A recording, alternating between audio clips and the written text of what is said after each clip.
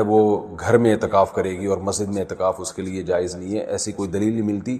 تو اس بیس پہ بہت سے فقہا اس طرف گئے ہیں کہ عورت کے لیے گھر میں اعتکاف کرنا جائز نہیں ہے، اور یہ بھی ایک مضبوط مذہب ہے، اس کو بالکل کالعدم قرار دینا ٹھیک نہیں ہے۔ لیکن حنفیہ اس طرف گئے ہیں، جو فقہائے حنفیہ ہیں وہ اس طرف گئے ہیں کہ عورت کے لیے مسجد میں اعتکاف اگر وہ کرے گی ہو تو جائے گا، لیکن مکروہ ہے، ناپسندیدہ ہے۔ اور جو علماء عورت کے مسجد میں اعتکاف کے قائل ہیں ان میں بھی بہت بڑی جماعت اس کو ناپسندیدہ بہرحال کہتی ہے، جیسے امام شافعی نے مکروہ لکھا ہے کہ عورت کے لیے مسجد میں اعتکاف کرنا مکروہ ہے۔ عرب کے بھی آج بہت سے علماء اس کے قائل ہیں کہ فتنے کی وجہ سے عورت کو مسجد میں اعتکاف سے روکا جائے گا۔ لیکن گھر میں اعتکاف جائز بھی ہے یا نہیں ہے، تو بہت سے فقہاء اس طرف گئے ہیں کہ عورت گھر میں اعتکاف نہیں کر سکتی۔ لیکن حنفیہ، علماء حنفیہ، امام ابو حنیفہ اور ان کے شاگرد اور آج تک فقہاء حنفیہ کی یہی رائے ہے کہ عورت گھر میں اعتکاف کر سکتی ہے۔ اور اس میں اختلاف فقہاء میں اس وجہ سے ہوا کہ دلائل میں اختلاف ہے۔ رسول اللہ صلی اللہ علیہ وسلم نے امہات المومنین کو حکم دیا تھا کہ مسجد میں جب انہوں نے نبی صلی اللہ علیہ وسلم کے ساتھ اعتکاف کے خیمے لگائے تو آپ نے ان خیموں کو اکھاڑنے کا حکم دیا۔ اس کے بعد حدیث میں آتا ہے کہ نبی صلی اللہ علیہ وسلم کی دنیا سے جانے کے بعد امہات المومنین ہر سال اعتکاف کیا کرتی تھی۔ اب اس میں یہ تشریح نہیں ملتی کہ مسجد میں کرتی تھیں یا گھر میں کرتی تھیں، تو جو حضرات کہتے ہیں کہ مسجد میں اعتکاف کرے گی عورت، گھر میں اعتکاف جائز ہی نہیں ہے، وہ کہتے ہیں کہ مسجد میں کرتی تھیں، اور دلیل وہی دیتے ہیں کہ بھئی اعتکاف کا محل تو قرآن سے پتہ چلتا ہے مسجد ہے۔ اور جو علماء جیسے حنفی فقہا وہ اس طرف گئے ہیں کہ نہیں وہ گھر میں کرتی تھیں، ان کی دلیل یہ ہے کہ نبی صلی اللہ علیہ وسلم نے جب مسجد میں ان کے خیمے اکھاڑ دیے تو اس بات پھر یہ بعید ہے کہ وہ مسجد میں اعتکاف کرتی ہوں، کیونکہ مسجد میں بیٹھنے کو نبی نے ناپسند کیا تھا۔ تو میرا مقصد صرف بتانے کا مقصد یہ ہے کہ کیونکہ اختلاف اور فرقواریت کا دور ہے نا، تو کوئی بھی کسی دوسرے کی دلیل کو نہ سننے کے لیے تیار نہ ماننے کے لیے تیار۔ تو اس بارے میں دونوں طرف مضبوط دلائل ہے۔ امام شافعی، امام احمد ابن حنبل اور امام مالک اس طرف گئے ہیں کہ عورت کے لیے گھر میں اعتکاف جائز نہیں ہے، اور مسجد میں اعتکاف کرنا ہے یا نہیں کرنا، تو اس پر تو سب کا اتفاق ہے کہ ہو جائے گا، لیکن مکروہ ہے، ناپسندیدہ ہے، زیادہ تر علماء کی یہی رائے ہے۔ اور گھر میں اعتکاف ہوگا یا نہیں ہوگا، تو تینوں ائمہ کی رائے ہے کہ گھر میں اعتکاف عورت کے لیے جائز نہیں ہے، لیکن امام حنیفہ کی رائے ہے کہ جائز ہے۔ تو اختلافی مسئلہ ہے فقہا میں، اور جب مجتہدین میں کسی مسئلے میں اختلاف ہو جائے اور نصوص سے ہمیں کسی ایک طرف یقینی دلائل نہ مل رہے ہوں، تو اس میں اعتدال کا راستہ ہی اختیار کرنا چاہیے۔ آپ کسی بھی رائے کو فالو کریں، مگر دوسرے کو یہ نہ کہیں کہ یہ قرآن و سنت سے بالکل 100% متصادم ہے، یہ نہیں کہا جا سکتا۔ عبداللہ بن عباس رضی اللہ تعالیٰ عنہ سے مروی ہے کہ آپ نے مسجد میں اعتکاف کو بدعت قرار دیا، تو اس میں بھی جو علماء کہتے ہیں کہ عبداللہ بن عباس سے مروی ہے کہ آپ نے گھر میں اعتکاف کو بدعت قرار دیا ہے، تو اس میں بھی یہ واضح نہیں ہے کہ عورت کے لیے بھی گھر میں اعتکاف کو بدعت قرار دیا، کیونکہ وجہ اس کی یہ تھی کہ بعض تابعین عورت کے لیے گھر میں اعتکاف کو جائز سمجھتے تھے۔ تو عین ممکن ہے کہ عبداللہ بن عباس کا مقصد ان لوگوں پہ رد کرنا ہو کہ جن لوگوں نے مردوں کے لیے گھر میں اعتکاف کو جائز کر دیا، ان کے عمل کو بدعت قرار دے رہے ہو۔ بہرحال مختصر میں جو خلاصہ میری بحث کا یہی ہے کہ دونوں طرف دلائل ہیں، اور دونوں طرف کسی بھی رائے کو آپ ایسے نہیں کہہ سکتے کہ بس یہی عین قرآن و سنت ہے اور باقی سراسر گمراہی ہے۔ کسی بھی کی بھی کوئی رائے ہو، کسی کی وہ اپنی رائے کو بیان کر سکتا ہے۔ تو ہمارے ہاں بر صغیر میں چونکہ فقہ حنفی کو فالو کیا جاتا ہے، تو اس لیے خواتین مسجدوں میں گھر میں بہت بڑی تعداد میں اعتکاف کرتی ہیں۔ تو اس لیے میں نے سوچا کہ میں گھر میں جو خواتین اعتکاف کریں گی ان کے مسائل میں بیان کر دوں، کیونکہ بہت زیادہ اس بارے میں سوالات پوچھے جاتے ہیں۔ جو خواتین گھر میں اعتکاف کریں گی وہ گھر میں ایک مخصوص کمرے کو جس میں عام طور پہ وہ نماز پڑھتی ہیں وہ خاص کر دیں، کیونکہ یہ بہت سی خواتین یہ پوچھتی ہیں کہ ہم پورا گھر ہی اگر فرض کر لیں اعتکاف میں، تو میں ان سے کہتا ہوں پھر پورا محلہ ہی فرض کر لیں، تو اس میں کیا جا رہا ہے؟ تو ایسا نہیں ہوتا کہ پورا گھر یا پورا محلہ، اعتکاف کا ایک خاص مقصد ہوا کرتا ہے، وہ مقصد پورا گھر کو متعین کرنے سے حاصل نہیں ہوگا۔ تو ایک مخصوص کمرہ اپنے لیے متعین کر لیں، اور وہ کمرہ جس میں عام طور پہ وہ نماز پڑھتی ہیں۔ پھر اعتکاف کے مسائل وہی ہیں کہ اعتکاف کی حالت میں بلا ضرورت شدیدہ اس جگہ سے باہر نہیں جا سکتی۔ جو انسان کے ضروری حاجات ہیں ان کے لیے جا سکتی ہیں، قضاء حاجت کے لیے اس کمرے سے باہر نکل سکتی ہیں۔ کھانا لینے کے لیے، جیسے کھانا پہنچانے والا کوئی نہیں ہے تو کھانا لینے کے لیے بھی جا سکتی ہیں۔ اگر کھانا پکانے والا کوئی نہ ہو یا ہو مگر وہ پکانے کے لیے تیار نہ ہو تو کھانا پکانے کے لیے کچن میں بھی جا سکتی ہیں، پکائیں اور واپس اپنے کمرے میں لا کے کھائیں۔ اس کمرے میں جو شادی شدہ خواتین ہیں وہ شوہر بھی آ سکتا ہے اس کمرے میں، لیکن وہ خود باہر نہیں جا سکتی. لیکن میاں بیوی کے جو ازدواجی تعلقات ہوتے ہیں وہ اعتکاف کے دوران بالکل ناجائز ہیں، ان سے اعتکاف ٹوٹ جائے گا. تو اور بھی کوئی محرم رشتہ دار وہ اس کمرے میں ان سے آ کے ملاقات کر سکتے ہیں، بات چیت کر سکتے ہیں، لیکن وہ بلا ضرورت شدیدہ اس کمرے سے باہر نہیں جا سکتی. کمرے میں رہنا پڑے گا ان کو، اور اس میں وہ بات چیت بھی کر سکتی ہیں، اپنا کوئی دنیا کا کام بھی کر سکتی ہیں، کوئی سلائی کڑھائی بھی کر سکتی ہیں. اور اصل میں اعتکاف نام ہوتا ہے اپنے آپ کو باؤنڈ کر لینے کا. تو اللہ کے لیے آپ نے اپنے آپ کو باؤنڈ کر لیا ہے. اصل حکم تو یہی ہے کہ مسجدوں میں باؤنڈ کیا جائے، لیکن میں نے بتایا کہ اختلافی مسئلہ ہے، اس میں بعض فقہاء اس کے قائل ہیں کہ مسجدوں میں جانا چونکہ فتنے کا سبب ہے، اب عورت کو اگر اعتکاف کی اجازت نہ دی جائے تو وہ ہمیشہ کے لیے اعتکاف سے محروم ہو جائے گی. تو اس لیے انہوں نے یہ گنجائش دی ہے کہ وہ گھر میں اعتکاف کر سکتی. تو اپنے آپ کو اس جگہ باؤنڈ کریں، زیادہ کوشش کریں کہ زیادہ سے زیادہ ٹائم ان کا عبادت میں. تو مجبوری کے تحت گھر سے باہر اس کمرے سے باہر نکلا جا سکتا ہے، اور اس کمرے میں کوئی بھی جا کے جو بھی محرم ہے ان کے پاس بیٹھ سکتا ہے، بات چیت کر سکتا ہے. بچے بھی آ سکتے ہیں وہاں پہ، ان بچوں کی کوئی خدمت کرنی ہو، جیسے ان کو کھلانا ہو، ان کو پڑھانا ہو، وہ اس کمرے میں بیٹھ کے خواتین کر سکتی ہیں جو اعتکاف میں بیٹھی ہوئی. اچھا، روزہ اعتکاف کے ساتھ ضروری ہے، اگر روزہ ٹوٹ گیا تو اعتکاف بھی ٹوٹ جائے گا. اس لیے جن خواتین کو اعتکاف کے ایام میں مینسز آ جاتے ہیں تو ان کا روزہ بھی ٹوٹے گا، ساتھ ساتھ اعتکاف بھی ٹوٹ جائے گا. تو خواتین جب 10 دن کا اعتکاف کریں تو اس بات کا اہتمام کریں، ان کو اپنی تاریخیں معلوم ہو اور ان کو یہ اطمینان ہو کہ ان 10 دنوں میں وہ پاکی کے ایام میں رہیں گی، ان کو جو مینسز ہیں وہ جاری نہیں ہوں گے. تو اس بات کا پہلے اہتمام کریں. جن خواتین کا یہ خیال ہے کہ ان کو مینسز آ سکتے ہیں وہ اعتکاف میں نہ بیٹھیں یا نفلی اعتکاف کر لیں.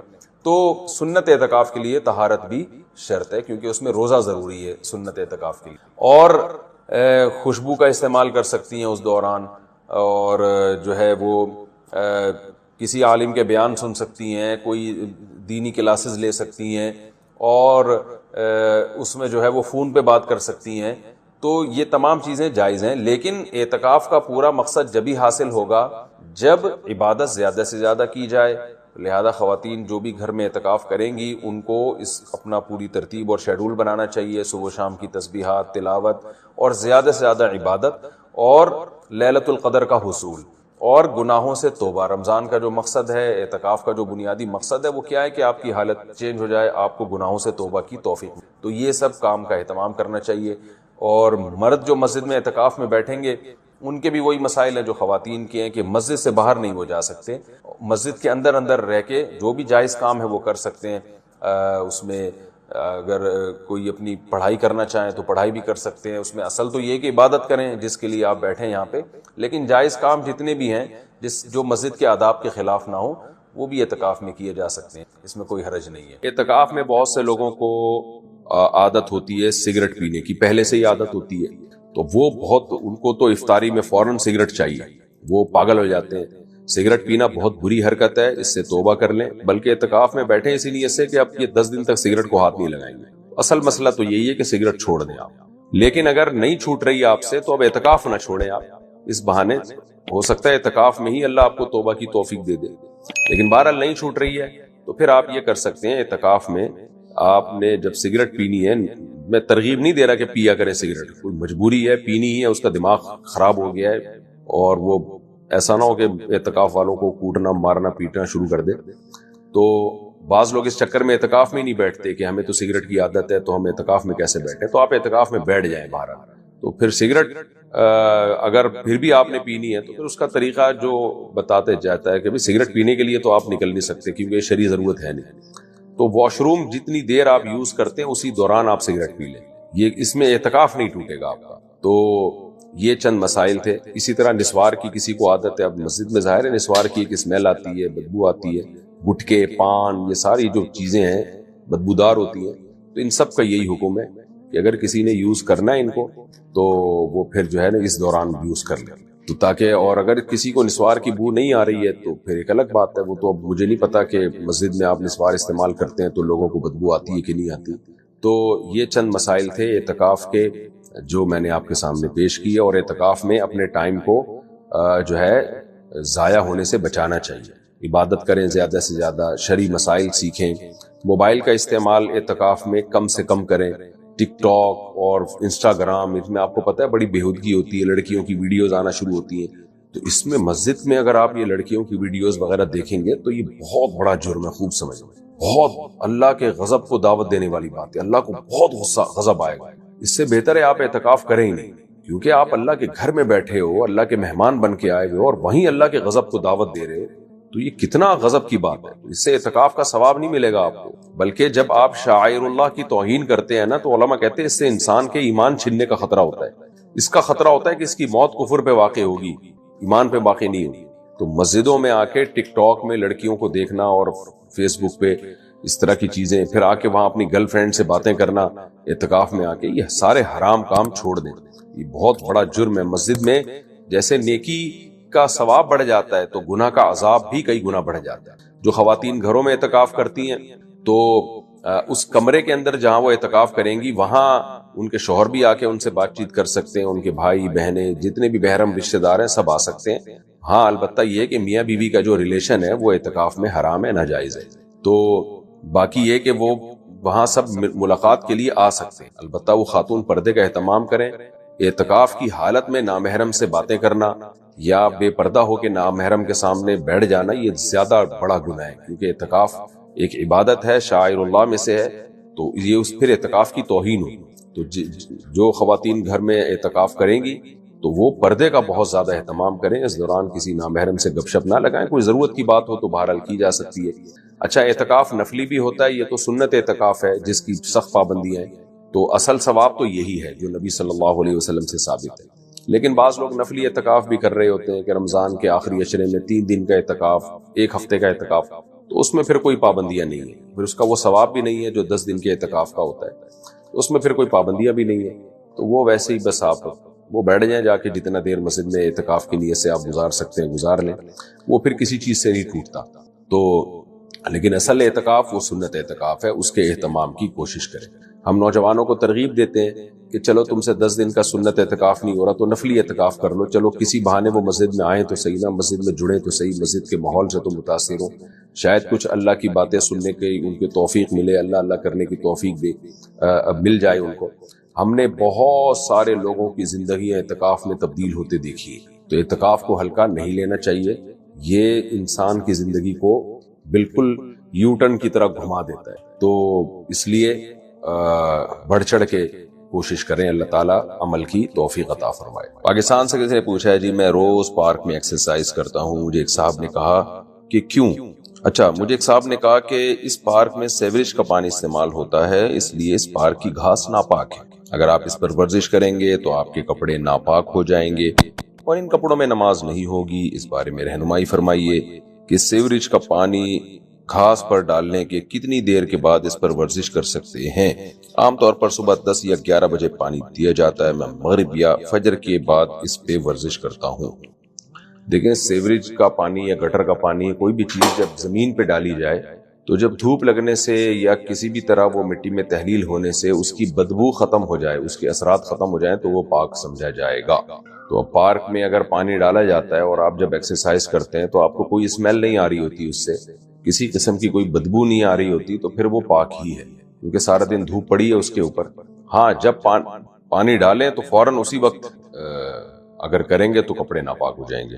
تو ویسے وہ پارک والوں سے بولو کہ بھائی یہ کوئی صحیح کام کر لو، یہ گندا پانی کیوں آپ پارکوں میں ڈال رہے ہو؟ پہلے بیماریاں کم ہیں پاکستان میں، تو اتنا گندا پانی، اور اس سے تو نقصان دہ ہوتا ہے یہ پانی، یہ ضائع کرنے کے قابل پانی ہے، یہ سیوریج میں یہ پارکوں میں استعمال کرنے کے قابل نہیں ہے۔ بہرحال شرعی مسئلہ یہی ہے کہ دھوپ لگنے سے یا ٹائم گزرنے سے اس کی بدبو اگر ختم ہو جاتی ہے۔ اللہ فرماتے ہیں حضرت سلیمان اس چیونٹی کی بات سن کر کھل کھلا کے ہنس پڑے، وقال اور کہنے لگے ربی اوزعنی ان اشکر نعمتک التی انعمت علی، اے اللہ تو نے جو مجھ پر نعمت کی ہے مجھے اس نعمت کے شکر کی توفیق عطا فرما دے۔ کتنا بڑا احسان کیا کہ چیونٹیوں کی آپس کی اناؤنسمنٹ اور ان کے لیڈر کا جو قوم سے خطاب ہے وہ خطاب بھی میں سن بھی رہا ہوں اور سمجھ بھی رہا ہوں، تو مجھے اس نعمت پہ شکر کی توفیق عطا فرما دے جو نعمت تو نے مجھ پہ کی ہے، وعلی والدیہ اور میرے والدین پر جو نعمت کی۔ میرے والدین کون ہیں؟ داؤد علیہ السلام اور ان کی جو بھی زوجہ ہوں گی، ان دونوں پر بھی تو نے نعمت کی ہے, اس کا بھی شکر کی توفیق دے. وَأَنْ أَعْمَلَ صَالِحًا تَرْضَاهُ, اور اے اللہ مجھے توفیق دے کہ میں ایسا اچھا عمل کروں جس سے تو خوش ہو جائے. کیا خاندانی دعا ہے یا نہیں ہے؟ وَأَدْخِلْنِي بِرَحْمَتِكَ فِي عِبَادِكَ الصَّالِحِينَ, اور مجھے اپنی رحمت سے اپنے نیک بندوں میں شامل کر لے. یہ چھوٹا سا واقعہ ہے مگر اس میں بڑے اسباق ہیں. ایک تو ہمیں ایک سائنسی حقیقت پتہ چلتی ہے کہ بہت سے جانوروں کے آپس میں مواصلاتی رابطے ہوتے ہیں. اب یہ جو پرندوں کی بولی ہے یا چیونٹیوں کی بات ہے, یہ ضروری نہیں کہ وہ انگلش میں یا عربی میں یا اردو میں تقریر کر رہی ہیں. ہو سکتا ہے وہ بغیر آواز کے کوئی بات کر رہی ہوں, کوئی سگنل, کوئی میسج دے رہی ہوں. آپ آج بھی دیکھیں پرندے اڑتے ہیں, ایسے لائن بنا کے قطار بنا کے چلتے ہیں اور ان کا آپس میں رابطہ ہوتا ہے. امریکہ میں ایک جنگل ہے جہاں سے تتلیاں ہزاروں کلومیٹر ہجرت کر کے دور جاتی ہیں. وہ حیران ہوتے ہیں کہ یہ اتنے کلومیٹر دور موسم کی تبدیلی میں وہاں, پھر وہاں سے پوری فوج یہاں آتی ہے. ان کا آپس میں رابطہ ہوتا ہے. بلکہ اب تو یہاں تک دریافت ہو گیا ہے کہ بعض جانور سمندر کے ایک کنارے پہ انڈے دے کے دوسرے کنارے پہ پہنچتے ہیں. ان جانوروں کا ان انڈوں سے جب بچے نکلتے ہیں نا, ان سے ان کا رابطہ ہوتا ہے. ہمارے ایک رشتہ دار وہ اس میں ہیں مرچنٹ نیوی میں, تو انہوں نے کہا کہ ایک دفعہ ہمارے جہاز پہ کچھ سائنسدان آئے. وہ سائنسدانوں نے سمندر کے کچھ جانور تھے جن کے اوپر کوئی آلات نصب کیے. پوچھا گیا بھائی یہ کیا کر رہے ہو؟ انہوں نے کہا کہ ہم اس پہ حیران ہیں کہ یہ جو سمندری مخلوق ہے یہ سمندر کے ایک کنارے پہ انڈے دیتے ہیں, لیکن ان انڈوں اور ان سے جب بچے نکلتے ہیں تو ان کی ماؤں کا ان سے رابطہ رہتا ہے. تو یہ کون سی ریز ہیں جو ان کی کھوپڑی سے نکل کے ان کی کھوپڑی میں ٹرانسفر ہو رہی ہیں, یہ کیسے پہنچتے ہیں, اس کی سیٹنگ ہو رہی ہے, اس کو ٹریس کرنے کی کوشش کر رہے ہیں. اتنا عجیب اللہ کا نظام ہے. یہ ایسے ہی تھوڑی کائنات خود بخود وجود میں آ گئی اور ایسے ہی اتفاق سے بس ڈارون پھینک کے چلا گیا اور ہماری یونیورسٹی میں اس کو کیچ کر کے لوگ اس پھینکے ہوئے مال کو پڑھ بھی رہے ہیں اور اس فضول ترین لٹریچر کو پڑھا بھی رہے ہیں اور دہریے ہو رہے ہیں. سمجھتے نہیں ہو بات. اب موبائل کے ذریعے ہمارے رابطے ہوتے ہیں. لوگ یہ کہتے ہیں سائنسدانوں کی ایجاد ہے سیل فون, کہ آپ کی بات کو یہاں سے وہاں تک پہنچا دیا. سائنس کسی چیز کی موجد نہیں ہوتی, یاد رکھو. سائنس کسی چیز کو ایجاد نہیں کرتی, پہلے سے موجود چیزوں پر مطلع ہو جاتی ہے. ایک بہت خاندانی اور ٹیکنیکل پوائنٹ کی بات ہے, اس کو سمجھنے کے لیے کھوپڑی کا بیدار ہونا ضروری ہے. بہت ٹیکنیکل بات ہے. یہ سائنس کی جتنی ایجادات ہیں نا, یہ حقیقت میں اللہ کی قدرت کی دلیل ہیں. سائنسدانوں نے کچھ بھی نہیں بنایا, پتہ چلا ہے. اس کی مثال ایسے, گولڈ کتنا چمکدار ہوتا ہے نا, کیا خیال ہے؟ گولڈ کو گولڈ کہتے ہیں اس لیے, اولڈ کو پتہ نہیں کیوں گولڈ کہتے ہیں, میری سمجھ میں آج تک آیا نہیں. حالانکہ وہ تو چمکدار کہتے ہیں نا, اولڈ از گولڈ, لیکن اولڈ تو عجیب صحیح ہوتا ہے, ٹھیک ہے نا. تو خیر کچھ محاورے چل پڑے ہیں, کچھ چیزیں اولڈ اچھی ہوتی ہیں. خیر اب آپ سونار کے پاس گئے, آپ نے کسی کے ہاتھ میں سونا دیکھا, کوئی لاکٹ دیکھا, کوئی زیور دیکھا, کہاں سے لیا جی؟ مجھے فلاں سونار نے دیا ہے. سونار کے پاس پہنچے, تو نے کہاں سے لیا؟ وہ کہے گا فلاں جگہ. ہوتے ہوتے ہوتے اس آخری شخص کے پاس پہنچ گئے جس نے وہ سونا کان سے نکالا تھا. پہلا وہ شخص ہوگا نا جو مزدور جس نے سونا کان سے نکالا ہے.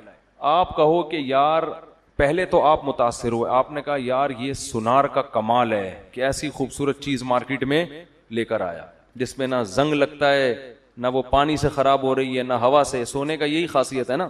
آپ نے کہا یہ اس کا کمال ہے. آپ نے کیا کیا؟ آپ نے کہا یار جس نے یہ گولڈ, میری گھر والی کے ہاتھ میں سونے کے کنگن ہے نا آپ کی, فرض کرو آپ نے کہا کہ یار یہ بڑے اچھے لگ رہے ہیں, تو آپ نے کہا بیگم یہ جس نے بھی یہ گولڈ دیا ہے نا یا بنایا ہے, میں اس کو نوبل انعام دلوانا چاہتا ہوں. اس نے کہا بھائی مجھے کیا پتا, میں نے تو سونار کی دکان سے لیا. آپ پہنچ گئے سونار کے پاس, سلوٹ کیا آپ نے, یار تمہاری عظمت کو سلام, کیا چمکدار چیز. وہ کہے گا بھائی میں نے تو صرف اس کو کیا کیا ہے, ایک خاص شکل میں ڈھالا ہے, میں نے تو خود کہیں اور سے لیا ہے. آپ کہو گے پھر تم نے جس سے لیا اس کو سلوٹ ہے. آپ وہاں پہنچ گئے بھائی, وہ کہے گا بھائی ہم نے تو خود ہول سیل کی مارکیٹ سے اٹھایا ہے, ہم تو سیل پرچیز کرتے ہیں, باقی ہمیں کیا پتا. آپ نے کہا اچھا تم نے کہاں سے لیا, میں اس کو انعام دلواؤں گا. آپ وہاں پہنچ گئے. جب وہاں پہنچے تو اس نے کہا یار ہمیں تو خام مال ملا تھا, تو ہم نے تو صرف پگھلا کے کچرا الگ کیا اور سونا الگ کیا اور ہول سیل مارکیٹ میں بیچ دیا. تو یہ تو آگ کا ایک خاص ٹیمپریچر ہوتا ہے, اس ٹیمپریچر پہ سونا الگ ہو جاتا ہے اور کچرا الگ. اس دن میں شیر شاہ کی بھٹی میں گیا, تانبا پگھلا رہے تھے, اللہ کی پناہ. تانبے کو نا کچرا نہیں ہوتا تانبے کا, بھٹی میں ڈالا ہوا ہے اور وہ ایک خاص ٹیمپریچر پہ پانی کی طرح پگھلتا ہے تانبا, تو اس کو چھانتے ہیں, کچرا الگ تانبا الگ. ایسا جہنم کا منظر, اللہ کی پناہ یار. تو خاص ٹیمپریچر پہ بھائی وہ تجربہ کر کے ان کو پتا چل گیا کہ سونا کس ٹیمپریچر پہ پگھل جاتا ہے, اس سے کچرا الگ سونا الگ. تو ہم نے تو یہ کام کیا ہے, اس پہ تھوڑا سا شکریہ بنے گا ان کا کہ یار کمال ہے آپ کا, ایک خاص ٹیمپریچر پہ محنت کرتے ہیں آپ اور سونے کو پگھلا کے, لیکن یہ کریڈٹ آپ کو نہیں جاتا. تو آپ نے کہاں سے لیا ہے سونا بنانے کا کریڈٹ؟ آپ کو نہیں جاتا, آپ نے کہاں سے لیا؟ تو کہے گا بھائی میں نے تو فلاں ساؤتھ افریقہ میں کھدائی ہو رہی ہے, وہاں سے ان سے ہمارا ٹھیکا چل رہا ہے, ہم وہاں سے کچرا اٹھاتے ہیں.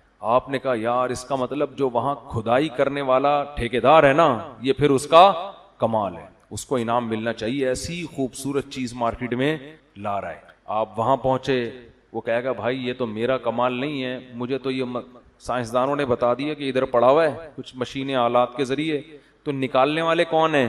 یہ مزدور ہیں. اب مزدور رہ گئے انعام دینے کے لیے. آپ مزدوروں کے پاس گئے, انہوں نے کہا بھائی ہمیں کیا پتا, ہمیں تو یہاں کچھ چمک والی چیزیں نظر آئی تھی, ہم نے کھدائی کی, ہمیں سائنسدانوں نے بتایا, جو زمین کے ماہرین ہوتے ہیں, ہم نے نکال کے کچرا مارکیٹ میں پھینکتے رہتے ہیں, صفائی آگے ہوتی رہتی ہے. آخر میں کمال کس کا بنتا ہے؟ جس نے اس زمین میں پیدا کیا. تو پتا چلا پیدا کسی اور نے کیا ہے, اصل تو اس کا کمال ہے. باقی تو سب اس میں یا تو کچھ تبدیلی کر رہے ہیں یا اس پر مطلع ہو رہے ہیں کہ یہ ہے کہاں. بنانے والا ان میں سے کوئی بھی بولو نہیں ہے. کمال اس کا ہے جس نے مٹی کے اندر سونا پیدا کر دیا. ایسی اس کی کیا اس نے فارمولا بنایا اس کے اندر, وَأَنزَلْنَا الْحَدِيدَ فِيهِ بَأْسٌ شَدِيدٌ وَمَنَافِعُ لِلنَّاسِ. سورہ حدید کا نام ہی لوہا ہے. اللہ کہتے ہیں ہم نے زمین میں لوہا اتارا ہے جس میں لوگوں کے بے پناہ فائدے اور اس میں لوگوں کی تجارت ہے, منفعت ہے. کیسا اسکریپ کا کاروبار ہوتا ہے کہ نہیں ہوتا؟ لوہا بھی ہے, پیتل بھی ہے, تانبا بھی ہے اور کاپر بھی ہے, پتہ نہیں کیا کیا چیزیں اللہ نے زمین کے اندر اتار دی ہیں. تو جو بنانے والا ہے نا, یہ سارا کریڈٹ اصل میں اس کو جاتا ہے. تو یاد رکھیں جتنی سائنسی ایجادات ہیں اس میں سائنس موجد کسی چیز کی نہیں ہے, کریٹر نہیں ہے. بنانے والا کون ہے؟ اللہ. موبائل کی مثال لے لیں, سائنس صرف مطلع ہوتی ہے اللہ کی بنائی ہوئی چیز پہ. یہ جو آپ یہاں فون کرتے اور ڈائریکٹ امریکہ میں آپ کی کال ملتی ہے, السلام علیکم, وعلیکم السلام, کیا حال ہے بھائی, طبیعت ٹھیک, سب سیٹ چل رہا ہے, مارکیٹ میں کوئی پرابلم تو نہیں ہے, ہاں بھائی ٹھیک, ایک دم آپ کی بات وہاں اور ان کی بات یہاں.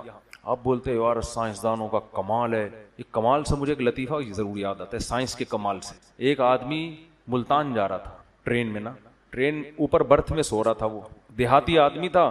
تو ٹرین وہاں جا کے رک گئی, وہ سوتا رہا, اس کو پتہ ہی نہیں چلا. ٹرین دھل دھلا کے واپس آ رہی ہے کراچی کی طرف. تو نیچے سیٹ پہ جو بندے بیٹھے ہوئے ہیں وہ اس کو نہیں پتا, وہ بیچارہ آنکھ ہی نہیں کھلی اس کی. اب جب ٹرین واپس آ رہی ہے تو وہ نیچے جھانک کے نیچے سیٹ والوں سے پوچھتا ہے کہاں جا رہے ہو؟ انہوں نے کہا کراچی. کہتے ہیں سائنس کی ترقی ہے, ایک ہی ٹرین ہے, اوپر والی برتھ ملتان جا رہی ہے, نیچے والی سیٹ کراچی جا رہی ہے. سائنس کی ترقی ہے.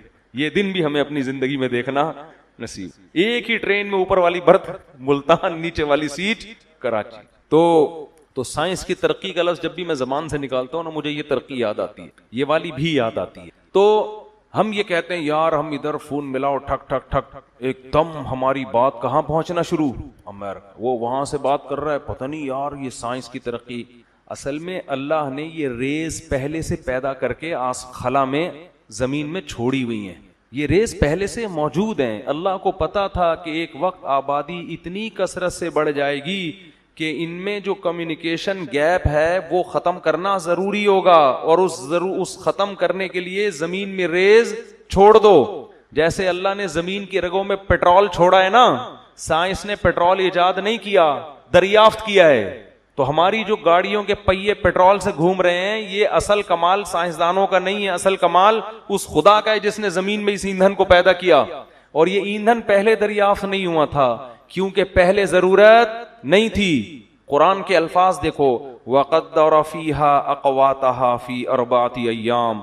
فرمایا جب ہم نے زمین کو بنایا اور انسان کو پیدا کرنے کا ارادہ کیا تو انسان کی پیدائش سے پہلے ہم نے زمین میں انسان کی بنیادی ضرورتوں کا اندازہ ٹھہرا لیا. ایک ایک لفظ بڑا قیمتی ہے اس آیت میں. کیا عجیب. قوت کہتے ہیں جو آپ کی زندگی کے بیسک لوازمات ہوتے ہیں, اس کو عربی میں کیا کہتے ہیں؟ بنیادی خوراک یا بنیادی لوازمات, اس کو کیا کہتے ہیں؟ قوت. اس کی جمع آتی ہے اقوات.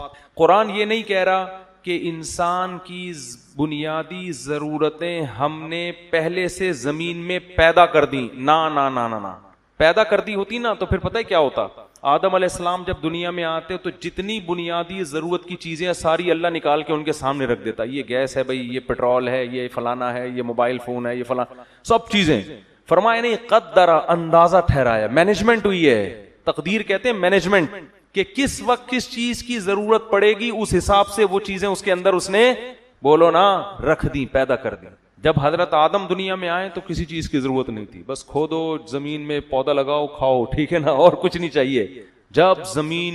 جب آبادی بڑھے گی, پھڈے ہوں گے, اس میں لڑائیاں ہوں گی, اللہ نے لوہے کو, انسان ترقی کرتے کرتے کہاں تک پہنچ گیا؟ لوہے تک. اس نے لوہے کے ہتھیار بنانا شروع کیے, اس نے لوہے کے برتن بنانا شروع کیے, لوہے کی پلیٹیں بنانا شروع کی, لوہے کے تیر بنانے شروع کیے اس نے. آبادی بڑھنے لگی, لوگ ہجرت کر کے دور دور علاقوں میں جانے لگے. اب ان میں آپس میں رابطہ کیسے ہو؟ تو سمندر کی کشتیاں لوگوں نے بنانا شروع کی. زمین سے لوہے کو نکال کے لوہے کے جہاز بنانا شروع کر دیے. تو یہ سب چیزیں نا وقت کے ساتھ ساتھ. پھر آبادی جب بہت بڑھنا شروع ہوئی تو 150-200 سال سے بھی شاید زیادہ ہو گئے ہیں, مالتھس نامی ایک شخص آیا, اس نے یہ نظریہ پیش کیا کہ آبادی جتنی اسپیڈ سے بڑھ رہی ہے نا, وسائل اتنی اسپیڈ سے نہیں بڑھ رہے, لہذا 100 سال کے بعد زمین میں قحط پڑے گا اور اتنی غربت ہوگی کہ لوگ ایک دوسرے کا گوشت نوچ نوچ کے کھانا شروع کر دیں گے. یہ مالتھس کی تھیوری تھی. لہذا آبادی کو کیا کرو؟ بولو, روکو. مالتھس کی تھیوری کو گزرے ہوئے 150-200 سال ہو گئے. لوگوں کو جتنی اونچی سطح کا رزق آج مل رہا ہے, ماہرین معیشت کہتے ہیں تاریخ میں ایسا رزق کبھی بھی نہیں ملا. کیوں؟ مالتھس بے وقوف کو یہ نہیں پتا تھا, وہ کیلکولیٹر میں کیلکولیشن کر رہا تھا کہ ٹماٹر پیدا ہونے کی اسپیڈ یہ ہے اور بچے پیدا ہونے کی اسپیڈ اس سے زیادہ ہے, تو ٹماٹر کم پڑ جائیں گے, بچے زیادہ. گندم کی اسپیڈ یہ ہے, بچوں کی اسپیڈ یہ ہے, تو گندم کم ہو جائے گی, بچے زیادہ. اس کو یہ نہیں پتا تھا کمبخت کو کہ بے وقوف آدمی, بچہ پہلے پیدا ہوتا ہے, ماں کی چھاتیوں میں دودھ بعد میں ہوتا ہے, یہ کیلکولیٹر میں نہیں آتا. بہت مشکل ہے بھائی, باسم پیدا تو ہونے دو, اللہ چیزیں پیدا کرے گا. گدے گھوڑوں کا دوڑ تھوڑی رہے گا, زراعت ڈبل ہو جائے گی اس سے, اس لیے کہ مشینیں ایجاد ہو جائیں گی. اللہ نے انسان کے لیے لوہا زمین میں اتارا ہے, جس میں قرآن کہہ رہا ہے فیہی منافع, بے شمار منفعتیں رکھ دی اس لوہے میں. اس لوہے میں ایک منفعت یہ بھی تھی کہ جس اللہ نے انسان کو لوہا نکالنا سکھایا, جس اللہ نے انسان کو لوہا پگھلانا سکھایا, وہ اللہ انسان کو کیا ٹریکٹر بنانا نہیں سکھائے گا؟ کہ بھائی وہ مالتھس تو بات کر رہا ہے بیل سے جب ہل جوتے جاتے تھے, ٹھیک ہے نا, تو مشینیں ایجاد ہوں گی, اور مشینوں کو چلانے کے لیے یہ جنگل کی لکڑیاں نہیں چلائیں گی, زمین کی رگوں میں تیل دوڑ رہا ہے, اس تیل پر انسان مطلع ہوگا. اور پھر دمام میں آپ جا کے دیکھو کیسے کنٹینر لوڈ ہو رہے ہیں پیٹرول کے, ڈیزل کے. کبھی یہ منظر اپنی آنکھوں سے جا کے دیکھو, انسانی عقل حیران ہو جاتی ہے. اتنا تیل زمین سے نکل رہا ہے کہ اسے دیکھ کے آپ کہو گے انسان نے تو زمین کا تیل نکال دیا بھائی, ٹھیک ہے نا, زمین کی واٹ لگا دی ہے. لیکن زمین کو کچھ بھی نہیں ہو رہا, زمین نے اپنا سینہ کشادہ کیا ہوا ہے, نکالو, یہ اللہ نے تمہارے لیے پیدا کیا. اتنی رزق کی فراوانی, اتنی رزق کی فراوانی کہ ایجادات کرتے کرتے انسان تھک جاتا ہے, مگر وہ ایجادات ختم ہونے کا نام نہیں لے رہی. تو اس لیے مالتھس کا وہ جو تھیوری تھی نا, وہ بھی اب انتہائی بوسیدہ, اور ہماری یونیورسٹیوں میں کچرا جو مال بک رہا ہے نا, جس کو ہمارے پڑھے لکھے لوگ قبول کر رہے ہیں, جو قرآن و سنت کے بھی خلاف, مشاہدے کے بھی خلاف, وہ اس کچرا تھیوری کو پڑھ رہے ہیں, جس کو گورا بھی نہیں مانتا, جس کو گورا کہتا ہے یہ بکواس تھیوری تھی, اس کا نہ کوئی سر ہے نہ کوئی پیر ہے. اس پہ میں نے حوالوں کے ساتھ ایک دفعہ ایک بیان ریکارڈ کروایا تھا. گوروں کے ماہرین معیشت کے حوالے دیے تھے کہ پہلے زمانے میں جو معیشت کو مضبوط کرنے کی تھیوریز تھی نا, وہ سب کی سب وہ کیلکولیشن ساری غلط ہو چکی ہیں, وہ فارمولے چینج ہو چکے ہیں. خیر, تو اللہ تعالیٰ اصل میں کیا کرتا ہے؟ چیزوں کو پیدا کرتا ہے، انسان صرف مطلع ہوتا ہے. تو پتہ نہیں کیا کیا اور چیزیں ایسی رہ گئی ہیں جو ابھی ہم مطلع نہیں ہوئے ان کے اوپر. تو یہ جو آپ یہاں سے وہاں بات پہنچاتے ہو یہ بھی اس آیت میں داخل ہے. قدر فیہا اقواتہا، اللہ نے زمین میں انسان کی ضرورت کی جتنے چیزیں تھی ان کا اندازہ پہلے سے بولو لگا لیا کہ اس اندازے سے میں ایک چیزیں پیدا کروں گا، اور وہ جیسے جیسے آبادی بڑھتی چلی جائے گی لوگ اس کو حاصل کرتے. جتنی بھی آبادی بڑھ جائے دنیا میں، آبادی کی وجہ سے اگر مسائل کھڑے ہوئے نا تو یہ اللہ پہ الزام ہے کہ ایک شخص کسی کی دعوت کرتا ہے، جتنے آدمیوں کو گھر میں بلائے گا نا ان سے زیادہ کا کھانا پکواتا ہے. وہ ایسا کبھی نہیں کرتا کہ 20 افراد بلا لیے اور کھانا 15 کا پکایا. تو اللہ بھی کہہ رہے انسان کمبخت، تیرے پیدا ہونے سے پہلے میں نے زمین میں اندازے لگا لیے تھے کہ اس کو کیا کیا چاہیے ہوگا، تو وہ تیری سوچ سے زیادہ ہیں، کم نہیں ہیں. سمجھ میں آ رہی ہے تو ٹھیک ہے، نہیں تو رہنے دو، جیسے چل رہے ہو ویسے ہی. 2 بچے ہی اچھے، 2 بچے ہی اچھے. وہ ایک آدمی فیملی پلاننگ میں جاب کرتا تھا، محکمہ منصوبہ بندی میں، تو اس کے 12 بچے تھے. کسی نے کہا خود تو دوسروں کو کہتے ہیں 2 بچے ہی اچھے، خود 12 رکھے ہوئے. کہہ رہے ان میں اچھے صرف 2 ہی ہیں، ان میں اچھے صرف 2 ہی ہیں. تو میں نے صحیح کہا تھا، 2 بچے ہی اچھے، باقی سارے گندے. لیکن الٹے لطیفے بھی بنے ہوئے ہیں. ایک آدمی کے 24 بچے تھے. کسی نے کہا تمہیں فیملی پلاننگ والے تنگ نہیں کرتے آ کے؟ کہتے ہیں آئے تھے، وہ اسکول سمجھ کے واپس چلے گئے. ٹھیک ہے. تو خیر، تو قدر فیہا اقواتہا. تو اب یہ دیکھو حضرت سلیمان علیہ السلام نے جو چیونٹی کی آواز سنی، اس سے ہمیں پتہ چلتا ہے کہ ان جانوروں میں آپس میں کیا ایک مضبوط نظام ہے. شہد کی مکھیوں میں ہے، دیمک میں ہے. دیمک جو اپنا گھر بناتی ہے نا، اس پہ باقاعدہ کتابیں لکھی گئی ہیں سائنسدانوں نے. کیا شاہکار، مل کے کام کرتے ہیں سب آپس میں، کام ڈیوائیڈ ہوتے ہیں. تو نے یہ کرنا ہے، تو نے یہ کرنا ہے. ٹیمپریچر کو مینٹین رکھنے تک کا اللہ نے علم عطا کیا ہے دیمک کو. دیمک جو بناتی ہے نا مٹی کا گھروندہ، آپ اس کو ہلکا نہ سمجھیں. اس میں ٹیمپریچر کیسے مینٹین ہوگا، وینٹیلیشن کا کیا انتظام ہوگا، ان تمام چیزوں کی کیلکولیشن کر کے دیمک گھر بناتی ہے. میں نے دیمک کی گھر پہ ایک سائنسدان کی پوری کتاب پڑھی ہے، میں پڑھ کے حیران ہو گیا کہ یار دیمک کے پاس اتنی کھوپڑی کہاں سے آ گئی. ایسا ہی نہیں. اب یہ چیونٹیوں کو دیکھو جو گھر بناتی ہیں، جو بل بنانے کے بعد جو باہر ان کا چیونٹوں کا اور چیونٹیوں کی جو بجری پڑی ہوئی ہوتی ہے، کیسی گول گول، کیسی خوبصورت انداز سے ہوتی ہے نا. ابھی کچھ دن پہلے میں نے کیا دیکھا، ایک چیل نے اٹیک کیا نا، میں جا رہا ہوں ایک دم نیچے آئی ہے، میں ڈر گیا کہ یہ تو ایئر اٹیک ہو رہا ہے، اللہ خیر کرے. کیا ہے، نیچے ایک تنکا پڑا ہوا تھا، اس کو اٹھا کے لے گئی. کیا اللہ کی قدرت کی دلیل ہے. جگہ جگہ سے تنکے جمع کر رہی ہے. کیوں؟ اس کے انڈے دینے کا وقت آ گیا. اسے اللہ نے سکھایا اب تو انڈے دے گی، پہلے تیری شادی ہوگی پھر تو انڈے دے گی، اور اب ساری زندگی انڈے ہی نہیں دینا، تو نے کچھ کام بھی کر. کہتے ہیں نا انڈے دے رہے گا یہاں بیٹھ کے، لوگ کہتے ہیں نا. گھروندا بنا رہی ہے، اپنا گھونسلہ بنا رہی ہے. کتنے خوبصورت خوبصورت گھونسلے پرندے بناتے ہیں، کیسے ان کو آپس میں ان کو جوڑتے کتنے خوبصورت انداز میں ہیں. آپ یوٹیوب پہ سرچ کریں. اچھا، انگلش میں جو ڈاکومنٹریز ہیں جانوروں پر اور عربی میں ہیں، ان میں بڑا فرق ہے. گورا جب ڈاکومنٹری بناتا ہے تو بس جانور کے بارے میں رپورٹ پیش کرتا ہے کہ دیکھو یہ کیسے بنا رہا ہے، کیا خوبصورت، اور یہ کیا نظام، اور کیسے اپنے بچوں کی حفاظت کر رہا ہے. بس اس میں اللہ کا کوئی تصور نہیں ہوتا. عرب جو ڈاکومنٹری بناتے ہیں نا، یا اسی کو انگلش میں جب ٹرانسلیٹ کرتے ہیں گوروں کی بنی ہوئی، اس میں جگہ جگہ قرآن کی آیتیں لے کر آتے ہیں اور بتاتے ہیں کہ یہ کس کی قدرت کی دلیل ہے. تو بھائی جو بنانے، یہی تو کافر مسلم میں فرق ہے. کافر کو بنی ہوئی چیزوں سے دلچسپی ہے، بنانے والے سے کوئی سروکار نہیں ہے. اور مسلمان کو بنی ہوئی چیزوں سے اتنی دلچسپی نہیں ہے جتنی بنانے والے سے ہے. ذالکم اللہ ربکم خالق کل شیء. اللہ جب اپنی بنی ہوئی چیزوں کا قرآن میں تذکرہ کرتا ہے نا، تو کئی جگہ قرآن میں آ کے کہتے ہیں ذالکم اللہ، یہ ہے تمہارا اللہ جو تمہارا رب ہے. یہ ہے، گویا ہاتھ سے اللہ اشارہ کر رہے ہیں، یہ ہے رب. خالق کل شیء، جس نے ہر چیز کو بنایا. افمن یخلق کمن لا یخلق، بھلا جو بنانے والا ہے اس کا وہ درجہ ہو سکتا ہے جو نہیں بنانے والا ہے. بھائی بنی ہوئی چیزوں اور بنانے والوں کا کوئی فرق نہیں تمہاری نظر میں، ایک ہی جیسا مقام ہے. نہ جو بنانے والا ہے وہ اصل ہے، بنی ہوئی چیزیں تو اس کی محتاج ہیں. تو حضرت سلیمان علیہ السلام کے اس واقعے میں بہت اسباق ہیں. ایک تو ہمیں یہ نالج پتہ چلی کہ جانوروں کا آپس میں ایک بہت مضبوط لنک ہوتا ہے جس میں وہ ایک دوسرے کو اطلاع بھی دے رہے ہوتے ہیں. دوسری بات ہمیں اس واقعے میں یہ پتہ چلی کہ چیونٹی یہ کہہ رہی ہے کہ سلیمان اور اس کا لشکر تمہیں روند ڈالے گا، مگر ان کو پتہ بھی نہیں چلے گا. یہ جو پتہ بھی نہیں چلے گا نا, یہ بھی قرآن کے الفاظ لغو نہیں ہے, اس میں بھی حکمت ہے. کیا مطلب؟ پیغمبر جان کر یہ کام بولو, اس میں جانوروں پہ بھی ظلم سے روکا گیا ہے, اور یہ احادیث سے ثابت ہے. نبی صلی اللہ علیہ وسلم نے فرمایا کہ پچھلی امتوں میں ایک پیغمبر تھے جن کو ایک چیونٹی نے کاٹا تو انہوں نے ساری چیونٹیاں جلا دی, تو اللہ نے ان پر وحی کر کے تنبیہ کی کہ کاٹا ایک نے تھا, سزا آپ نے سب کو کیوں دی. اس سے پتا چلتا ہے کہ بلا وجہ چیونٹی مارنا بھی جائز, بول لو نا بھائی, نہیں ہے خام خامے. ہاں گھر میں چیونٹیاں تنگ کر رہی ہیں تو وہ فنائل کا پوچھا ووچا لگا کے, وہ ایک الگ چیز ہے, وہ صفائی ستھرائی کے لیے. ایسا نہ ہو کہ ڈبے رکھ کے چیونٹیاں پالنا شروع کر دیں آپ بلا وجہ.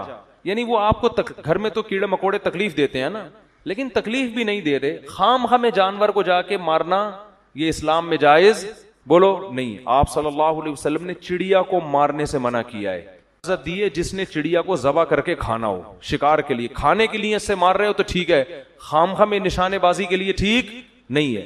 حضرت عبداللہ بن عمر نے کچھ بچوں کو دیکھا کہ مرغی کو باندھ کے, یہ کچھ لڑکے تھے, مرغی باندھ کے نشانہ سیکھ رہے ہیں تیر اندازی کا. فرمایا نبی صلی اللہ علیہ وسلم نے اس عمل سے منع کیا. نشانے بازی کسی بے جان پہ سیکھو, مرغیوں کو اس کا نشانہ, یہ ظلم ہے نا جانور کے اوپر. جو کام کسی دوسرے سے ہو سکتا ہے اس میں مرغی کو نشانہ کیوں بنا رہے ہو بھائی؟ مرغی کھانی ہے تو ذبح کر لو.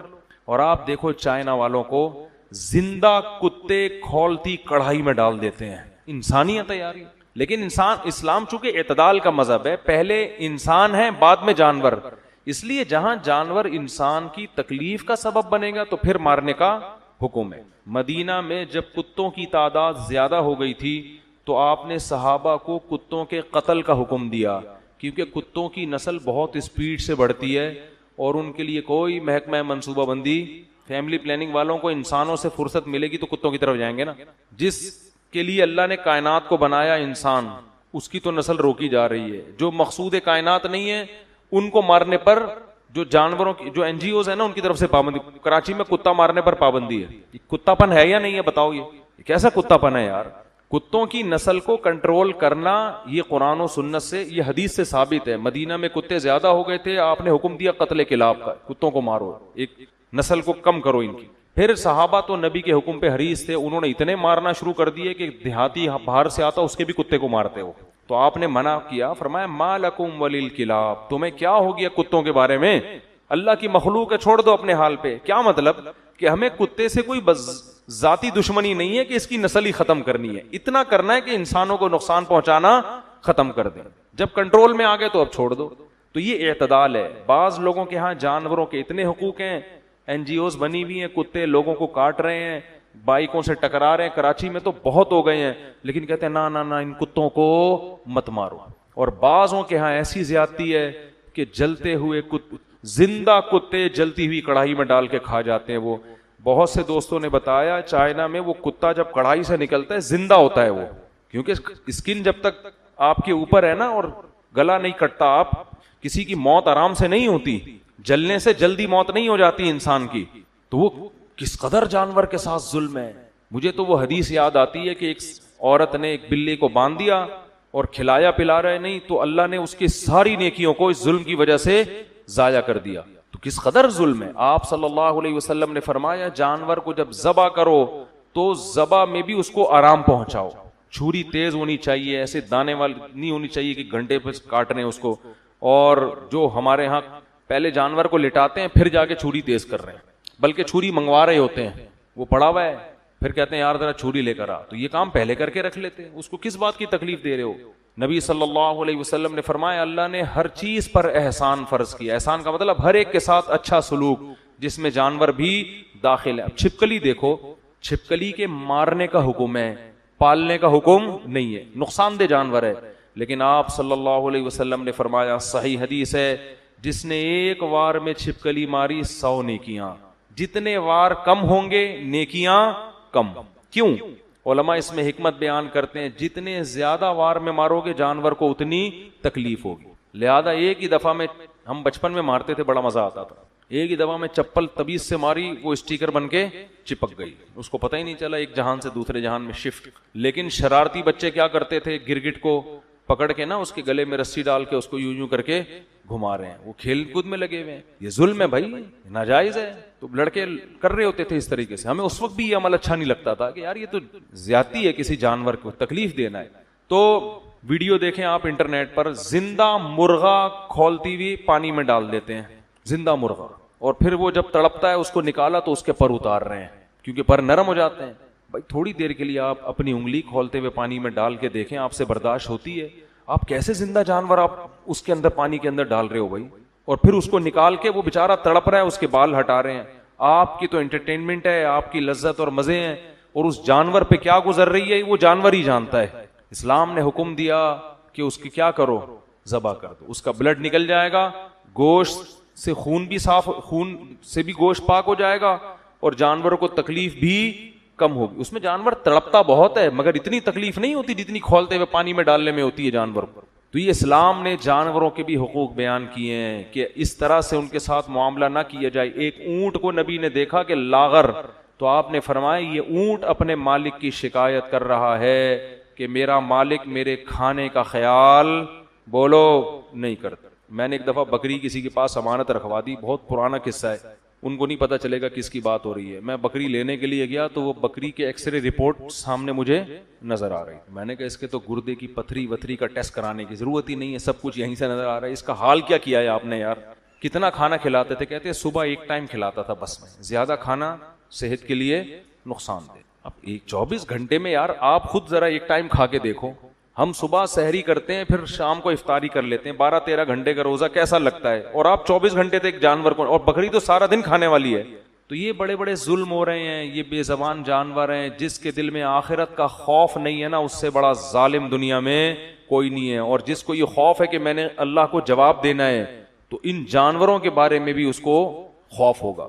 میں تھائی لینڈ میں یا پتہ نہیں ملیشیا میں تھا, یہ سب چیزیں ہو رہی ہیں ہمارے معاشرے میں. وہاں میں نے ایک بندے کو مچھلی کا شکار کرتے ہوئے دیکھا, کہتے ہوئے بھی گھن آتی ہے.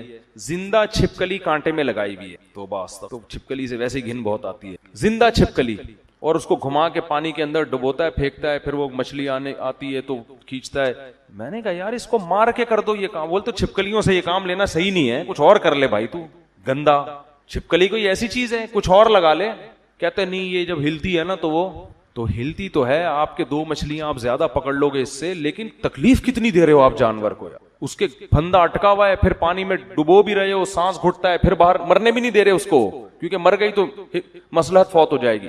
اس سے بڑا ظلم بعض لوگ یہ بھی کرتے ہیں کہ سمندر میں کانٹا لگا کے رات کو چھوڑ کے چلے گئے, صبح آ کے نکال لیا. اب رات کو جو مچھلی کانٹے میں پھنسی ہے, پوری رات اس کے جبڑے میں اس کانٹے, آپ ذرا اپنے جبڑے میں کانٹا گھسا کے دیکھو, آپ کو 2 منٹ میں اندازہ ہو جائے گا. ساری رات وہ کیا کرتی ہے, تڑپتی رہتی ہے. جال کا معاملہ الگ ہے, جال لگا کے چلے جاؤ اس سے کچھ نہیں ہوتا, کانٹا لگا کے آپ جائیں نہیں, جیسے ہی آئیے اس کو کھینچ کے باہر نکالیں.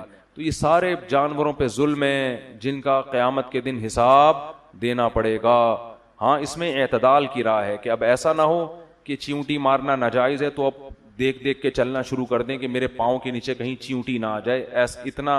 اتنی تکلف کی ضرورت نہیں ہے. وَهُمْ لَا يَشْعُرُونَ. سلیمان علیہ السلام بھی دیکھ دیکھ کے نہیں چل رہے تھے لشکر میں کہ نیچے جو آ گیا تو آ گیا, اب تھوڑی اتنا کسی کے پاس. تو چیونٹیوں نے اسی وجہ سے کہا کہ بھائی سلیمان اور اس کا لشکر تمہیں رونتا ہوا نکل جائے گا اور ان کو پتہ بھی نہیں چلے گا. کہتے ہیں ایک روایت ہے, پتہ نہیں صحیح ہے ضعیف ہے, کہ حضرت سلیمان نے چیونٹی کو بلا کے پوچھا کہ تجھے پتہ ہے کہ میں پیغمبر ہوں اور پیغمبر کسی پہ ظلم نہیں کرتا, تو تو میرے بارے میں کیسے بدگمان ہو گئی کہ میں رونتا ہوا چلا جاؤں گا. تو چیونٹی نے کہا کہ سلیمان آپ تو بڑے سمجھدار ہیں, آپ کو پتہ نہیں میں نے وہم لا یشعرون بھی کہا ہے کہ ان کو پتہ نہیں چلے گا, ٹھیک ہے نا. چیونٹی کے بارے میں کس کو پتہ چلتا ہے. تو خیر سلیمان علیہ السلام, قرآن کہتا ہے فتبسم ضاحکا من قولها, کھلکھلا کے ہنسے اس کی بات. تو ہاں تو میں جلدی جلدی نقطے بیان کرتا. پہلا نقطہ ہمیں پتہ چلتا ہے کہ جانوروں کا آپس میں رابطہ ہوتا ہے, بڑا عجیب اللہ کا بنایا ہوا نظام ہے. دوسرا ہمیں یہ پتہ چلتا ہے کہ جانور پہ بھی ظلم کرنا ناجائز ہے. تبھی چیونٹی نے کہا ان کو پتہ نہیں چلے گا, یعنی وہ گویا یہ اقرار کر رہی ہے پتہ چل جائے تو سائڈ سے گزر جائیں. اور تیسرا ہمیں اس سے یہ بھی پتہ چلتا ہے کہ اللہ جب کسی کو کوئی نعمت دے تو فوراً دعا کرنی چاہیے. حضرت سلیمان علیہ السلام نے اس نعمت پہ فخر نہیں کیا بلکہ فوراً اللہ کا شکر ادا کیا. کوئی بھی نعمت ہو فوراً اللہ کی طرف منسوب, میرے اللہ کا کب. غیر مسلم یہ نہیں کرتا, مسلمان کیا کرتا ہے, اللہ کی طرف.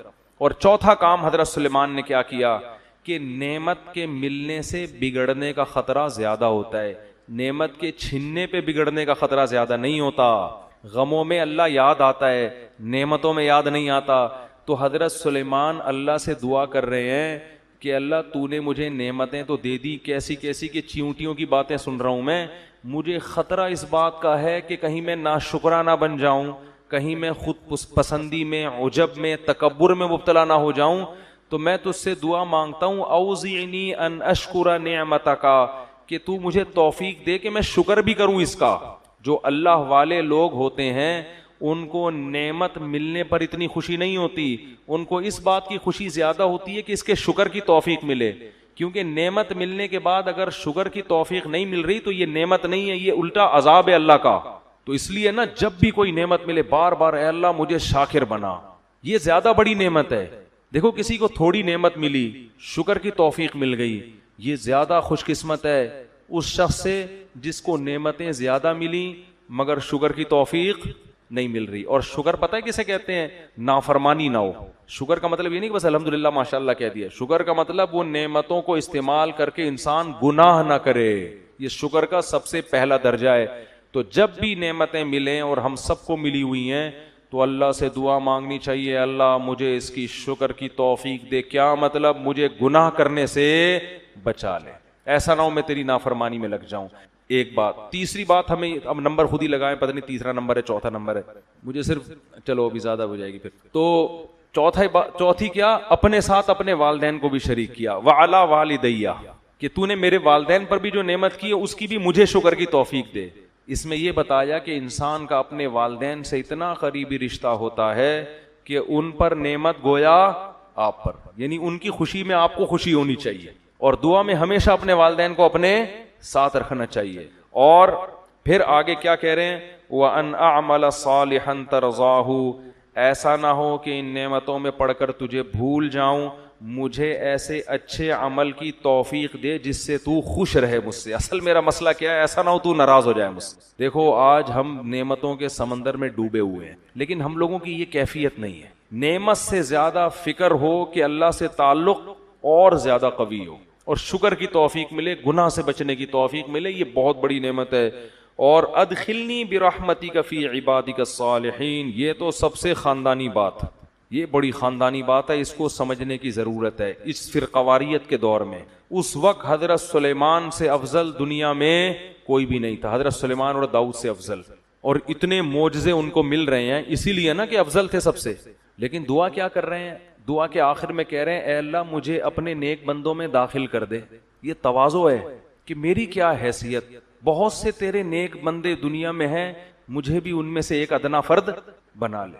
آج تھوڑی سی کوئی علم کی بات سیکھ لے ایسا فنٹر بنتا ہے کہ اپنا چینل کھول کے ساری دنیا کو برا بلا کہنا اور یہ امیج بنانا کہ میرے سے بڑا فنٹر دنیا میں کوئی ہے ہی نہیں ہے، میں آ گیا ہوں، اب میں لوگوں کو بتاؤں گا کہ صحیح کیا ہے غلط کیا. اس سے پہلے دنیا اندھیروں میں ڈوبی ہوئی تھی، سارے بزرگ غلط، سارے علماء غلط، سارے مفتی غلط، سارے وہ میں ہوں، میں بتاؤں گا کیا ہے. اصل تو کون ہے؟ یہ خود اس کی علامت ہوتی ہے کہ بندہ ٹھیک نہیں ہے. جو ٹھیک ہوتا ہے نا وہ کہتا ہے کہ بھائی مجھ سے بڑے بڑے لوگ، نیک لوگ دنیا میں موجود ہیں، اے اللہ تو مجھے بھی انہی میں سے ایک فرد بنا لے. ادخلنی برحمتک، اے اللہ اپنی رحمت سے بنا. کیا مطلب؟ میرا عمل اس قابل نہیں ہے کہ میں نیک لوگوں میں شامل ہو جاؤں، عمل تو میرا ایسا ہے کہ مجھے الگ سے سزا ملے. جیسے امام ابو حنیفہ نے سورہ یاسین کی ایک آیت میں پوری رات گزار دی. قیامت کے دن اعلان ہوگا، سورہ یاسین میں آتا ہے وَامْتَازُوا الْيَوْمَ أَيُّهَا الْمُجْرِمُونَ، اے مجرموں آج کے تم نیک لوگوں سے، آج کے دن تم نیک لوگوں سے الگ ہو جاؤ. تو امام حنیفہ رحمہ اللہ پوری رات یہ آیت پڑھ کے روتے رہے کہ پتہ نہیں اس وقت میرا حال کیا ہوگا جب اللہ اعلان کرے گا نا کہ اے مجرموں، دنیا میں تو سب ایک ساتھ رہتے ہیں نا، نیک برے سب ایک ہی دسترخوان پہ بیٹھے ہوتے ہیں، دفتروں میں سب ایک ساتھ جاب کر رہے ہیں، ہر جگہ ایک ساتھ، گھر میں ایک بیٹا نیک ہے ایک برا ہے. لیکن قیامت کے دن اعلان ہوگا کہ اے مجرموں آج تم نیک لوگوں سے الگ ہو جاؤ، نیک لوگوں کے ساتھ تمہیں نہیں ٹھکانہ ملے گا. تو وہ روتے رہے کہ اس دن یہ پتہ نہیں ہمارا شمار ہوگا کس میں.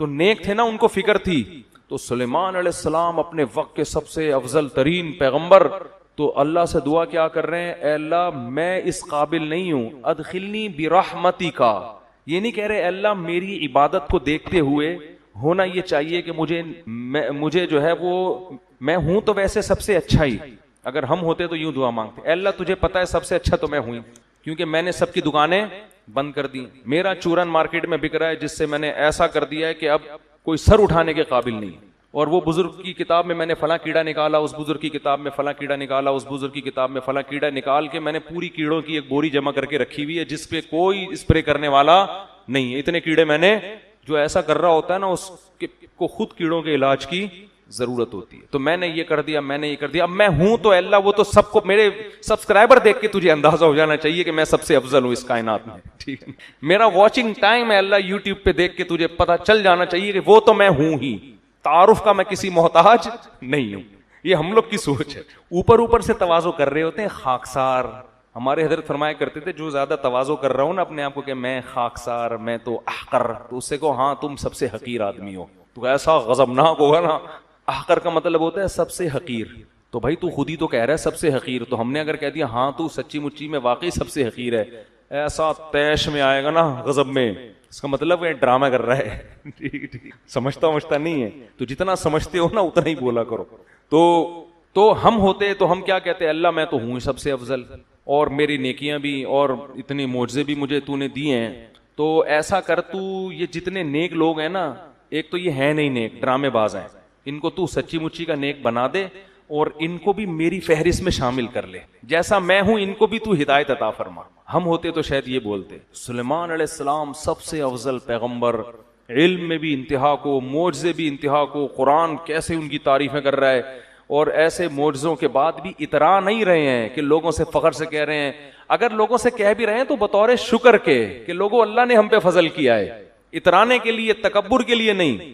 اور کیا انداز ہے کہ نعمت ملنے کے بعد تکبر کرنے کے بجائے اللہ سے دعا مانگ رہے ہیں کہ اے اللہ تو نعمت کے شکر کی توفیق دے دے اور نیک عمل کی توفیق دے دے, یہ دعائیں مانگ رہے ہیں. اور پھر اپنی رحمت سے, میرا عمل نہیں ہے, ادخلنی برحمتک فی عبادک الصالحین, اے اللہ اپنی رحمت سے اپنے نیک بندوں کی فہرست میں مجھے بھی شامل کر. یہ ادا اللہ کو پسند ہے, لیکن آج کل مارکیٹ میں یہ ادا شارٹ ہوتی جا رہی ہے. ہمارے والد صاحب اللہ ان کی مغفرت فرمائے ایک بڑی اچھی بات کہتے تھے, بیان کرتے تھے نا, کہتے تھے کہ جو شخص تھوڑی بہت نماز تہجد پڑھ لے نا آج, اس کو اپنے بارے میں وہم ہونے لگتا ہے کہ امام مہدی میں ہی ہوں. حقیقت خطرہ ہوتا ہے کہ امام مہدی میں ہی ہوں, اور واقعی سچی مچی کا وہم ہوتا ہے. والد صاحب کے پاس ایک شخص آیا مسجد میں نا, بہت عبادت کرتا تھا ہماری مسجد میں, صبح کا کوئی وظیفہ, بہت عبادت گزار تھا. تو میرے والد صاحب نے ہمیں خود بتایا, کہیں بیان کر رہے تھے, ہم بھی بیٹھے ہوئے تھے, تو کہنے لگے بندہ آیا میرے پاس, مجھے کہنے لگا کہ حافظ صاحب, ہمارے والد صاحب کو لوگ حافظ صاحب کہتے تھے, حافظ صاحب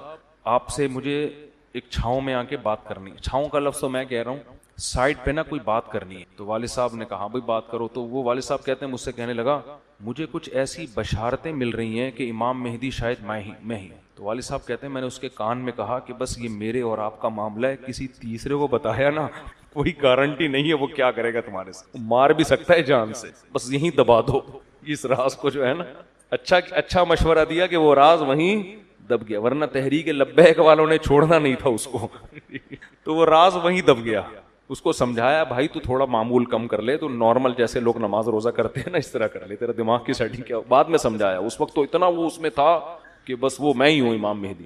تو اور ادھر سلیمان علیہ السلام کیا کہہ رہے ہیں, ادخلنی برحمتک فی عبادک الصالحین, اے اللہ مجھے بھی اپنی رحمت سے اپنے نیک بندوں میں شامل کر لے. آگے ہدہد کا واقعہ ہے. ہدہد مارکیٹ سے شارٹ تھا, بس 2 منٹ لوں گا اس پہ. سارے پرندے جمع ہو گئے, لیکن دیکھا کہ ہدہد مارکیٹ سے شارٹ.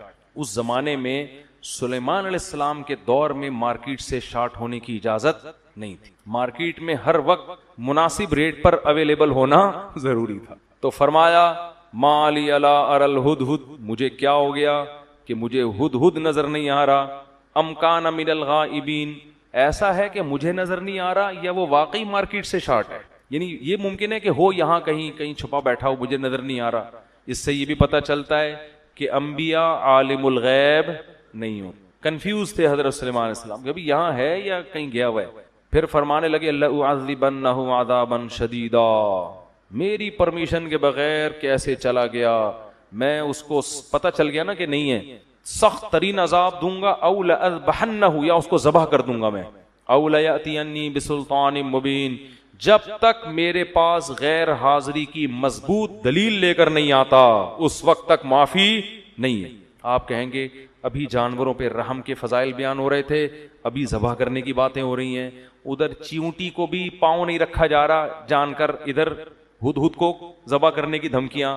او بھائی یہ آرمی تھی سلیمان علیہ السلام کی، فوج تھی، اس میں فوجیوں کو مارکیٹ سے شارٹ ہونے کی اجازت، بولو جنگ کے میدان میں جا رہے ہیں اور ایک فوجی نے کہہ دیا بھائی آفیسر، اب وہ جنگ میں بندہ شارٹ ہے، اب ہے بھائی جنگ میں کمانڈر صاحب دیکھ رہے ہیں کہ یار اس بندے کو میں یہاں بٹھا کر گیا تھا، مورچے میں وہ بندہ ہی نہیں ہے، تو وہ نانی سے ملنے گیا ہوا ہے اپنی، ہے بھائی چھوڑ دیں گے فوجی اس کو؟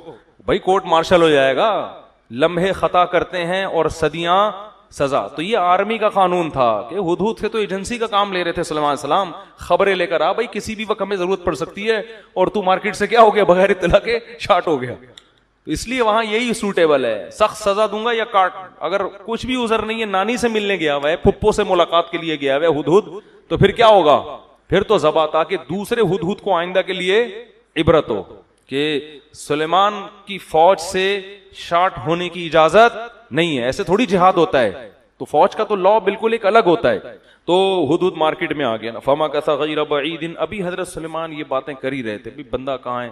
تو قرآن کہتے ہیں فقال، ایک دم ہدہد آیا، احط بما لم تحط به، اے سلیمان ایسی رپورٹ لے کر آیا ہوں، مزہ اس کے تو الفاظ یہ نہیں تھے ہمارا تو یہی اسٹائل ہے نا، سلیمان علیہ السلام ایسی رپورٹ لے کر آیا ہوں کہ بس مزہ آئے گا آپ کو، ایسی رپورٹ لے کر آیا ہوں۔ وہ رپورٹ کیا ہے؟ آپ کا یہ دعویٰ ہے کہ میں دنیا میں اللہ کا نظام نافذ کر رہا ہوں، ہے بھائی اتنی بڑی فوج جس میں جنات بھی ہیں، پرندے بھی ہیں، اور 100 لاکھوں گھوڑے بھی ہیں، اور ایسی زرہیں آپ کے والد بنایا کرتے تھے، اور آپ اور ہواؤں میں اڑ اڑ کے جا رہے ہیں آپ دنیا میں، اور آپ اس خوش فہمی میں ہیں کہ دنیا میں فتح کر چکا ہوں۔ ایسا نہیں ہے، ایک ایسی حکومت کی اطلاع لے کر آیا ہوں آپ کے پاس کہ وہ گورنمنٹ چھوٹی موٹی گورنمنٹ نہیں ہے، بہت بڑی پاورفل آپ جیسی حکومت، اور ہے بھی غیر مسلم، سورج کی عبادت کرتے ہیں وہ لوگ۔ یعنی چھوٹی موٹی حکومت ہوتی تو ہم کہتے کہیں کونے کھانچے میں آپ سے چھپی رہ گئی ہوگی، ہو جاتا ہے چھوٹے موٹے گاؤں تو گوگل بھی ٹریس نہیں کر پاتا نا، گوگل ٹھیک ہے نا، سیٹلائٹ سیاروں سے اوجھل ہو جاتے ہیں، پوری ایک ریاست ہی آپ کی نظر سے اوجھل ہو، تو یہ تو بہت بڑی ہم سب کے لیے شرمندگی کی بات ہے۔ تو انی وجدت امرأۃ تملکہم، میں ایسی رپورٹ لے کر آ جاؤں، ایک پوری گورنمنٹ ہے جس میں ایک عورت حکومت کر رہی ہے، وَأُوتِيَتْ مِن كُلِّ شَيْءٍ، تمام اسباب و وسائل ان کو دیے گئے ہیں، مضبوط پاورفل ہے گورنمنٹ، چھوٹی موٹی حکومت نہیں ہے، لڑنا بھی ان سے آسان نہیں ہے۔ وَلَهَا عَرْشٌ عَظِيمٌ، بادشاہ لوگ نا اپنے تخت سے اپنی دولت اور اپنے وسائل دکھایا کرتے تھے، تو عرش اس کا تخت بھی معمولی نہیں ہے، لیکن میں دیکھتا ہوں وجدتها وقومها يسجدون للشمس من دون اللہ، پوری ریاست اس ملکہ سمیت اللہ کو چھوڑ کے سورج کو سجدہ کر رہے ہیں، اور آپ کو پتہ ہی کوئی نہیں ہے۔ بھائی اتنا بڑا جرم افراد نہیں کر رہے، پوری ایک اسٹیٹ کر رہی ہے اور بہت پاورفل، اور آپ کو پتہ ہی ہے۔ بھائی آپ یہاں بیٹھے ہیں، میں یہ کر رہا ہوں، میں یہ کر رہا ہوں، آپ کو پتہ ہی کوئی نہیں۔ مولانا منظور چنیوٹی صاحب نے جب یہ ربوہ کا نام چینج کروائے نا، تو جامعہ آئے تو ہم نے حضرت سے پوچھا کہ حضرت کیا ہوا؟ فرمایا کہ ادھر مٹھیائیاں بٹ رہی ہیں چنیوٹ میں، اور آپ کو پتہ ہی کوئی نہیں۔ تو جب بھی یہ لفظ کہتا ہوں نا پتہ ہی کوئی نہیں، مجھے حضرت مولانا منظور چنیوٹی یاد آتے، فرمانے لگے ادھر مٹھیائیاں بٹ، مٹھائی کو فرما رہے تھے مٹھیائیاں، پنجابی تھے نا، تو بڑا دیسی لہجہ اچھا لگا مجھے ان کا، کہا ادھر چنیوٹ میں مٹھیائیاں بٹ رہی ہیں اور ادھر آپ کو پتہ ہی کوئی نہیں۔ تو بالکل یہی اسٹائل ہدہد کا۔ ہدہد کہہ رہے ہیں سلیمان آپ یہاں باتیں کر رہے ہیں میری یہ حکومت میں، ادھر پوری ایک ریاست ہے، ریاست بھی کمزور نہیں، پاورفل، اور پوری ریاست سجدہ کس کو کرتی ہے؟ اللہ کو چھوڑ کے سورج کو، اور آپ کو پتہ ہی کوئی نہیں ہے۔ پھر آگے ہدہد کی بس تقریر کر کے بیان ختم کرتا ہوں۔ ہدہد کہنے لگا اللہ یسجدوا للہ الذی یخرج الخبء فی السماوات، کہ میری سمجھ میں نہیں آتا جو اللہ آسمانوں اور اندھیروں کو روشنیوں سے جدا کرنے والا ہے اور ہمارے پوشیدہ اور ظاہر باتوں کو جانتا ہے، اس اللہ کو چھوڑ کر ان کمبختوں کو ہو کیا گیا کہ کس کو سجدہ کر رہے ہیں؟ ہدہد کو۔ اتنی کھوپڑی اللہ نے ہدہد کو بھی دی ہے، شیطان کو، اس کو، سورج کو، تو ان کو ہو کیا گیا کہ اللہ کو چھوڑ کے سجدہ کس کو کر رہے ہیں؟ سورج.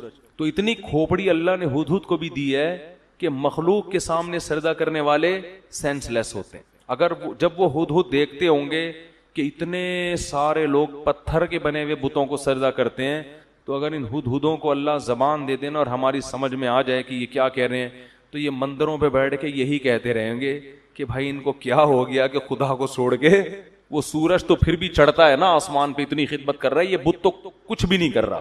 اور پھر اللہ لا الہ الا هو رب العرش العظیم, پھر ہدہد کہنے لگا اللہ وہ ذات ہے جس کے سوا کوئی عبادت کے لائق نہیں اور وہ بہت بڑے عرش کا مالک ہے. سلیمان علیہ السلام نے پھر آگے کہا بھائی دیکھ تو نے بعض دفعہ انسان جب غائب ہوتا ہے نا تو کچھ کہانیاں گنتیاں سیکھ کے آ جاتا ہے. جو بھی مارکیٹ سے شارٹ ہوگا جب مارکیٹ میں آئے گا کچھ تو کہانی سنائے گا نا.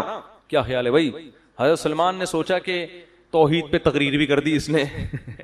جو جھوٹ بولتا ہے نا, جو جھوٹا ہوتا ہے وہ جھوٹ کو بہت خوشنما نعروں میں رکھ کے پیش کرتا ہے. تو اس کا امکان تھا اگر دیکھو ہدہد آ کے صرف اتنی تقریر کر دیتا کہ جی آپ کو پتہ نہیں ہے میں خبر لے کر آیا ہوں ایک گورنمنٹ ہے اور وہ یہ کچھ کر رہی ہے, چپ ہو جاتا.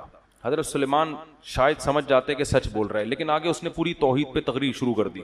تو اس بات کا امکان تھا کہ فنڈر بننے کی کوشش کر رہا ہے, ٹھیک ہے نا. اس بات کا امکان تھا کہ جھوٹ بول رہا ہے لیکن فنڈر گیری کر رہا ہے, کہ تاکہ میرا یہ جھوٹ سچا لگے کہ میں توحید کے معاملے میں اتنا سینسٹیو ہوں کہ مجھ سے یہ منظر دیکھا نہیں جا رہا.